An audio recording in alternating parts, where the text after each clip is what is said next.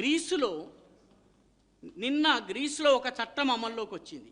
ఆ చట్టం పేరు లా 5224/2025. 2025లో అమల్లోకి వచ్చినటువంటి చట్టము, దాని పేరు లా నంబర్ 5224.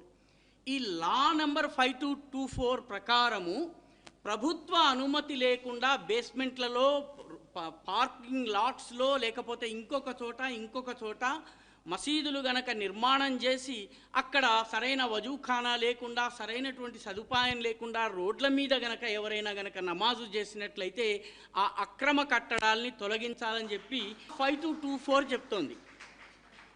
ఈ 5224 చట్టము రావడానికి కారకులు ఎవరు? ప్రజలు.